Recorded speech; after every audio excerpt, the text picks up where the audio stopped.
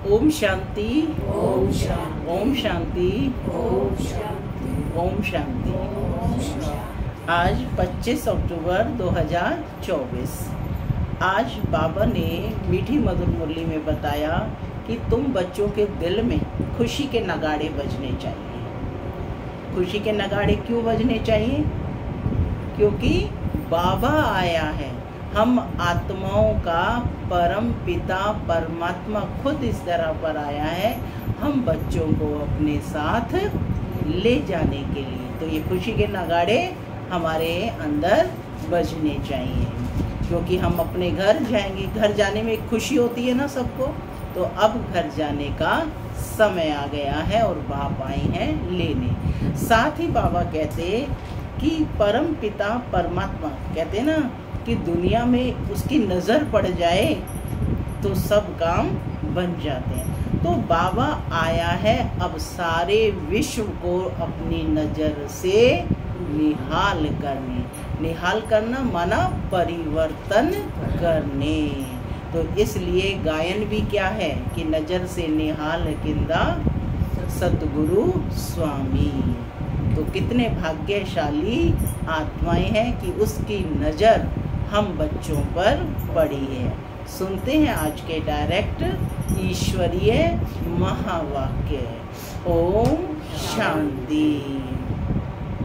बाबा कहते मीठे बच्चे, बाप की एक नज़र मिलने से सारे विश्व के मनुष्य मात्र निहाल हो जाते हैं। इसलिए कहा जाता है नज़र से निहाल किंदा सतगुरु स्वामी। बाप की एक नज़र मिलने से सारे विश्व के मनुष्य मात्र निहाल हो जाते हैं। इसलिए कहा जाता है नज़र से निहाल किंदा सतगुरु स्वामी। आज की मुरली से प्रश्न है, तुम बच्चों की दिल में खुशी के नगाड़े बजने चाहिए। क्यों? तुम बच्चों के दिल में खुशी के नगाड़े बजने चाहिए। क्यों बाला बहन, क्यों बजने चाहिए? बाप आया हुआ है। और क्यों बजने चाहिए? क्या करने आया है बाप? पतित से पावन बनाने वाला और नरक को स्वर्ग बनाने, तमो प्रधान को सतो प्रधान बनाने। सुनते हैं बाबा का उत्तर। बाबा कहते कि तुम बच्चों के दिल में खुशी के नगाड़े क्यों बजने चाहिए? क्योंकि तुम जानते हो बाबा आया है सबको अपने साथ ले जाने। अब हम अपने बाप के साथ घर जाएंगे। हाहाकार के बाद जय जयकार होने वाली है। बाप की एक नज़र से सारे विश्व को मुक्ति और जीवन मुक्ति का वर्षा मिलने वाला है। सारी विश्व निहाल हो जाएगी। ओम शांति। माना मैं आत्मा शांत स्वरूप हूँ, शांति मेरा स्वधर्म है। बाबा कहते मीठे बच्चे अब घर वापस जाना है। वापस जाना है तो क्या करना है? तैयारी करनी है। रूहानी बाप शिव बाबा बैठ अपने रूहानी बच्चों को समझाते हैं। यह तो जानते हो कि तीसरा नेत्र भी होता है। बाप जानते हैं सारी दुनिया की जो भी आत्माएं हैं सबको मैं वर्षा देने आया हूँ। क्या कहा बाबा ने? कि बाप जानते हैं सारी दुनिया की जो भी आत्माएं हैं, जो भी आत्माएं हैं सबको मैं वर्षा देने आया हूँ। माने छोड़ने किसी को भी नहीं आए, सबको वर्षा देने आए हैं। बाप के दिल में तो वर्षा ही याद होगा। क्या वर्षा मिलता है? शांति, पवित्रता और संपन्नता का। लौकिक बाप की भी दिल में वर्षा ही याद होगा। बच्चों को वर्षा देंगे। बच्चा नहीं होता है तो मूंझते हैं कि किसको दें, फिर एडॉप्ट कर लेते हैं। यहाँ तो बाप बैठे हैं, इनकी तो सारे दुनिया की जो भी आत्माएं हैं सब तरफ नजर जाती है। जानते हैं सबको मुझे वर्षा देना है। भल या बैठे यहाँ है परंतु नजर सारे विश्व पर और सारे विश्व के मनुष्य मात्र पर है, क्योंकि सारे विश्व को ही बाप को निहाल करना होता है। बाप समझाते हैं यह है पुरुषोत्तम संगम युग। तुम जानते हो बाबा आया हुआ है सबको शांति धाम सुख धाम ले जाने। सब निहाल हो जाने वाले हैं। ड्रामा के प्लान अनुसार कल्प कल्प निहाल हो जाएंगे। बाप सब बच्चों को याद करते हैं। बाप सब बच्चों को याद करते हैं। नजर तो जाती है ना, सब नहीं पढ़ेंगे। ड्रामा प्लान अनुसार सबको वापस जाना है, क्योंकि नाटक पूरा होता है। थोड़ा आगे चलेंगे तो खुद भी समझेंगे कि अब विनाश होता है। माने समय जैसे जैसे बीतता जाएगा तो ये सबकी समझ में आता जाएगा कि अब विनाश होता है। अब नई दुनिया की स्थापना होनी है, क्योंकि आत्मा तो फिर भी चैतन्य है ना।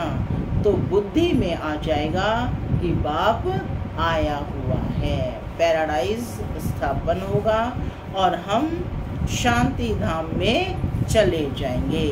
सबकी गति होगी ना, बाकी तुम्हारी सदगति होगी। सबकी गति होगी और तुम्हारी सदगति होगी।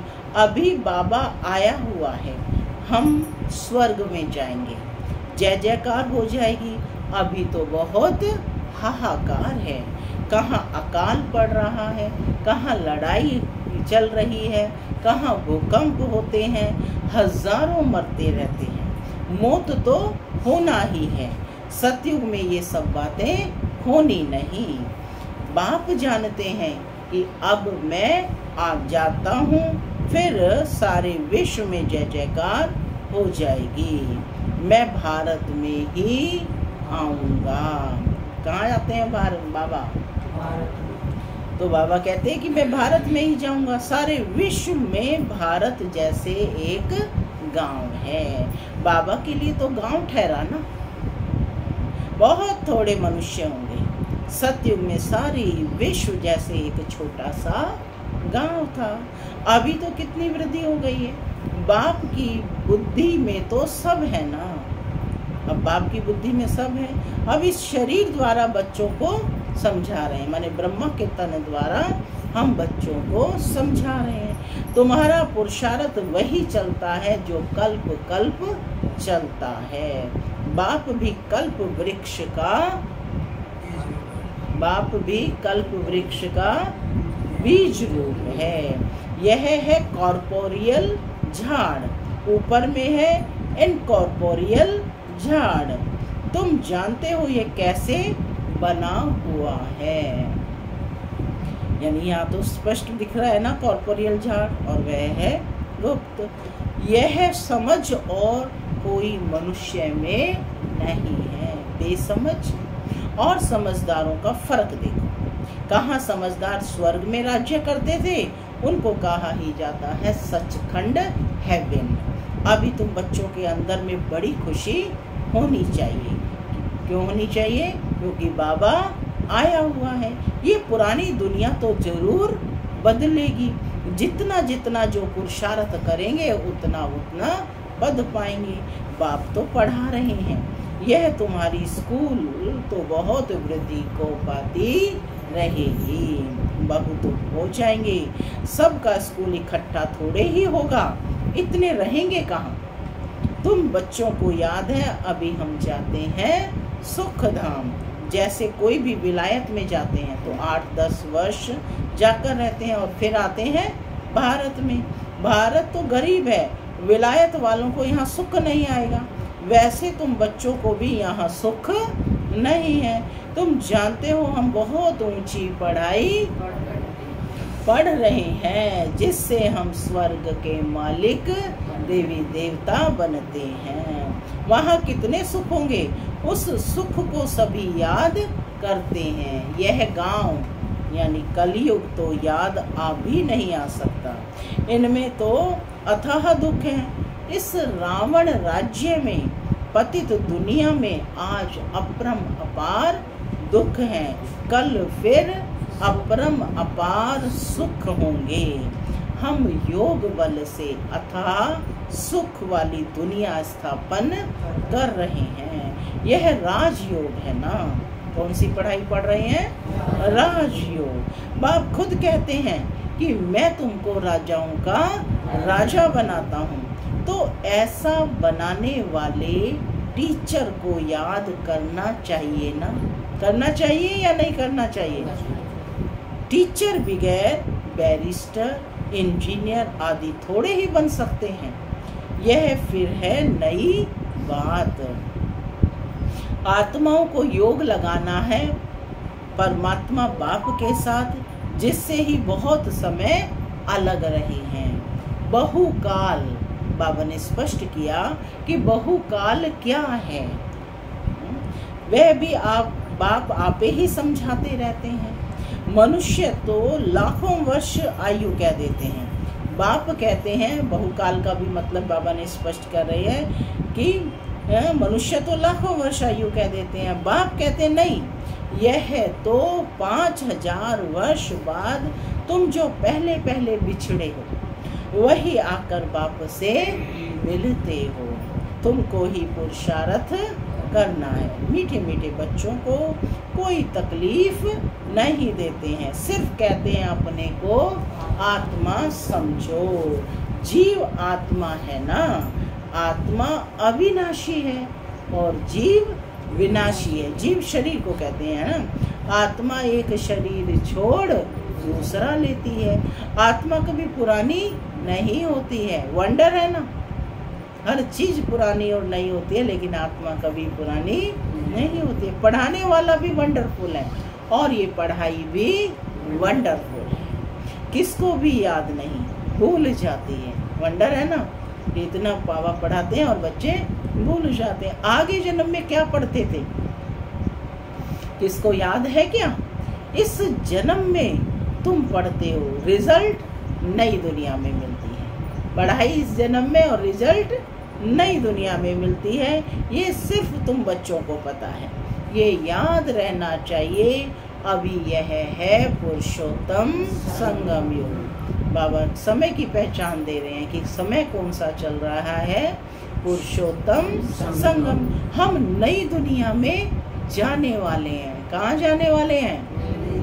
क्यों जाने वाले हैं? क्योंकि यह पुरुषोत्तम संगम युग चल रहा है। ये याद रहे तो बाबा कहते तो भी तुमको बाप की याद रहेगी। माने समय की याद रहे तो भी तुम्हें बाप की याद रहेगी। याद के लिए बाप अनेक उपाय बताते हैं। बाप भी है, टीचर भी है, सतगुरु भी है।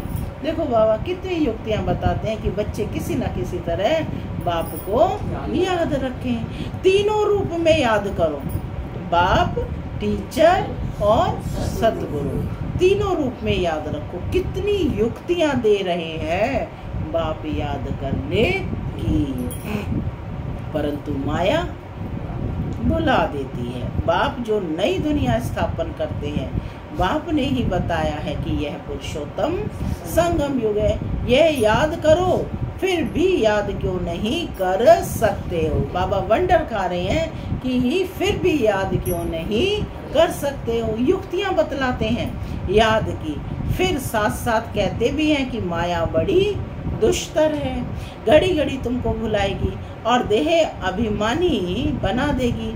इसलिए जितना हो सके बाप को याद करते रहो। उठते बैठते चलते फिरते देह के बदले अपने को देही समझो। ये है मेहनत। नॉलेज तो बहुत सहज है। सब बच्चे कहते हैं कि बाबा याद ठहरती नहीं। तुम बाप को याद करते हो, माया फिर अपनी तरफ खींच लेती है। इस पर ही ये सारा खेल बनाया हुआ है। तुम भी समझते हो कि हमारा बुद्धि योग जो बाप के साथ और पढ़ाई के सब्जेक्ट में होना चाहिए वह नहीं है, भूल जाते हैं। परंतु तुम्हें भूलना नहीं चाहिए। वास्तव में इन चित्रों की भी दरकार नहीं है, परंतु पढ़ाने समय कुछ तो आगे चाहिए ना, इसलिए ये चित्र लगाए जाते हैं। कितने चित्र बनते रहते हैं। पांडव गवर्नमेंट के प्लान देखो कैसे हैं, उस गवर्नमेंट के भी प्लान है। तुम समझते हो कि नई दुनिया में सिर्फ भारत ही था, बहुत छोटा था। सारा भारत विश्व का मालिक था। एवरीथिंग न्यू होती है, माने हर चीज नई होती है। दुनिया तो एक ही है, एक्टर्स भी वही हैं। चक्र फिरता रहता है। तुम गिनती करेंगे, इतने सेकंड, इतने घंटे, इतने दिन, इतने वर्ष पूरे हुए, फिर चक्र फिरता रहेगा। आजकल करते करते 5000 वर्ष पूरे हो गए। सब सीनरी खेल पाल होते आते हैं। कितना बड़ा ये बेहद का झाड़ है। ड्रामा झाड़ के पत्ते तो गिन नहीं सकते हैं, गिन सकते हैं झाड़ के पत्ते? ये झाड़ है, इसका फाउंडेशन देवी देवता धर्म है। फिर यह है 3 ट्यूब्स, 3 धर्म मुख्य निकले हुए हैं। 3 धर्म कौन से? हाँ, इस्लाम धर्म और बौद्ध धर्म और क्रिश्चियन धर्म है ना। और मुख्य धर्म है आदि सनातन देवी देवता धर्म। बाकी झाड़ के पत्ते तो कितने ढेर हैं, कोई की ताकत नहीं जो गिनती कर सके। इस समय सब धर्मों के झाड़ वृद्धि को पा चुके हैं। ये बेहद का बड़ा झाड़ है। ये सब धर्म फिर नहीं रहेंगे। अभी सारा झाड़ खड़ा है, बाकी फाउंडेशन है नहीं। माने सब है लेकिन आदि सनातन देवी देवता धर्म नहीं है। बनेन ट्री का मिसाल बहुत एक्यूरेट है ना। यह एक ही वंडरफुल झाड़ है। बाप ने दृष्टांत भी ड्रामा में ये रखा है समझाने के लिए। फाउंडेशन है नहीं, है ना। बनेन ट्री कलकत्ता में है तो उसके सारी टालियां हैं, लेकिन जड़ नहीं है। तो यह समझ की बात है। बाप ने तुमको कितना समझदार बनाया है। क्या बना रहे हैं बाबा? क्या आज दिन भर अभ्यास करेंगे कि मैं आत्मा समझदार हूँ। बाप मुझे आत्मा को समझदार बना रहे हैं। अभी देवता धर्म का फाउंडेशन है नहीं, बाकी कुछ निशानियाँ हैं। और निशानियाँ भी कितनी है? जैसे आटे में नमक। प्राय यह निशानियाँ बाकी रह रही हैं। तो बच्चों की बुद्धि में ये सारा ज्ञान आना चाहिए। तो बाप की भी बुद्धि में नॉलेज है ना, तुमको भी सारा नॉलेज दे। बाप आप समान बना रहे हैं। बाप बीज रूप है और यह उल्टा झाड़ है। ये बड़ा बेहद का ड्रामा है।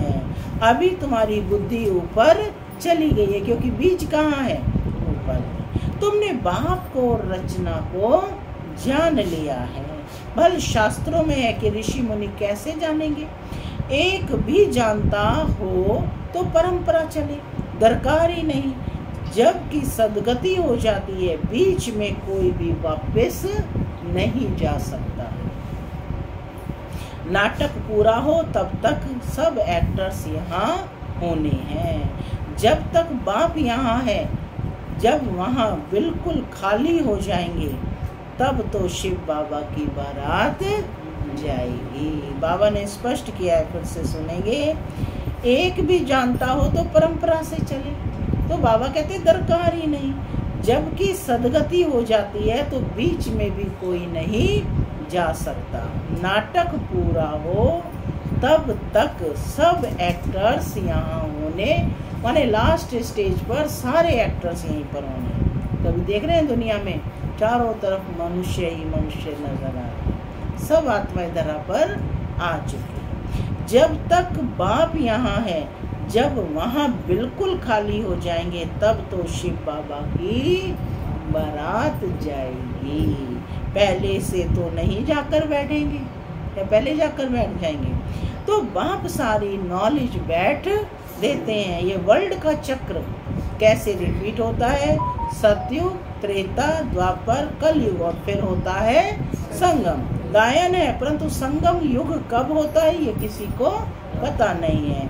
तुम बच्चे अब समझ गए हो, समझ गए हो कितने युग हैं? 4 युग हैं। और यह है 5वां लीप युग, है ना, संगम युग, बढ़वा मांग युग कहते हैं इसको। इनको मिड गेट कहा जाता है। मिड गेट है ना स्वर्ग में जाने का। श्री कृष्ण को भी मिड गेट दिखाते हैं। तो यह है नॉलेज। नोट कर लो पॉइंट, आज बाबा ने नया शब्द, ये लीप युग क्या है? मिड गेट है। और श्री कृष्ण को भी मिड गेट दिखाते हैं। तो यह है नॉलेज। नॉलेज को मोड़ तोड़ कर भक्ति में क्या से क्या बना दिया है। ज्ञान का सारा सूत मुंझा हुआ है। उनको समझाने वाला तो एक ही बाप है। प्राचीन राजयोग सिखलाने के लिए विलायत में जाते हैं। वह तो यह है ना, प्राचीन अर्थात पहला सहज राजयोग सिखलाने वाला बाप आए हैं। कितना अटेंशन रहता है। तुम भी अटेंशन रखते हो कि स्वर्ग स्थापन हो जाए। क्या अटेंशन रखते हो कि स्वर्ग स्थापन हो जाए। आत्मा को याद तो आता है ना। बाप कहते हैं नॉलेज जो मैं अभी तुमको देता हूँ फिर मैं ही आकर दूंगा। ये नई दुनिया के लिए नया ज्ञान है। ये ज्ञान बुद्धि में रहने से खुशी बहुत होती है। बाकी थोड़ा टाइम है। क्या कहा बाबा ने? थोड़ा टाइम है, अब चलना है। एक तरफ खुशी होती है तो दूसरी तरफ फिर फील भी होता है कि अरे ऐसा मीठा बाबा हम फिर कल्प बाद देखेंगे। बाप ही बच्चों को इतना सुख देते हैं ना। बाप आते ही हैं शांति धाम सुख धाम में ले जाने के लिए। तुम शांति धाम सुख धाम को याद करो तो बाप भी याद आएगा। इस दुख धाम को भूल जाओ। बेहद का बाप बेहद की बात सुनाते हैं। पुरानी दुनिया से तुम्हारा ममत्व निकलता है, निकलता धीरे धीरे जाएगा तो खुशी भी होगी ना। तुम रिटर्न में फिर सुख धाम में जाते हो, सतो प्रधान बनते जाएंगे। कल्प कल्प जो बने हैं वही बनेंगे और उनको ही खुशी होगी कि यह पुराना शरीर छोड़ देंगे, फिर नया शरीर लेकर सतो प्रधान दुनिया में आएंगे। यह नॉलेज क्लास हो जाएगी। बातें तो बहुत सहज है। रात को सोते समय ऐसे ऐसे सिमरन करते रहो तो भी खुशी रहेगी। मन याद में ही सो जाओ, है ना। हम यह बन रहे हैं। सारा दिन में हमने कोई शैतानी तो नहीं की है। कल भी बाबा ने कहा था ना अपने आप से क्या क्या प्रश्न पूछ रहे हैं। आज भी बाबा कह रहे हैं सारा दिन में हमने कोई शैतानी तो नहीं की है क्या। 5 विकारों से कोई विकार ने हमको सताया तो नहीं है क्या। लोभ तो नहीं आया है क्या। अपनी जांच रखनी है। अच्छा, मीठे मीठे सिकीलने बच्चों प्रति माता पिता बाप दादा का गुड मॉर्निंग। रूहानी बाप की रूहानी बच्चों को नमस्ते। हम रूहानी बच्चों की रूहानी माता पिता बाप दादा को गुड मॉर्निंग और नमस्ते नमस्ते सदा नमस्ते बनो फरिश्ते चलो के रास्ते। धारणा के लिए मुख्य सार। पहला, योग बल से अथाह सुखों वाली दुनिया स्थापन करनी है। इस दुख की पुरानी दुनिया को भूल जाना है। खुशी रहे कि हम सचखंड के मालिक बन रहे हैं। दूसरा है, रोज अपनी जांच करनी है कि सारा दिन में कोई विकार ने मुझे सताया तो नहीं है क्या।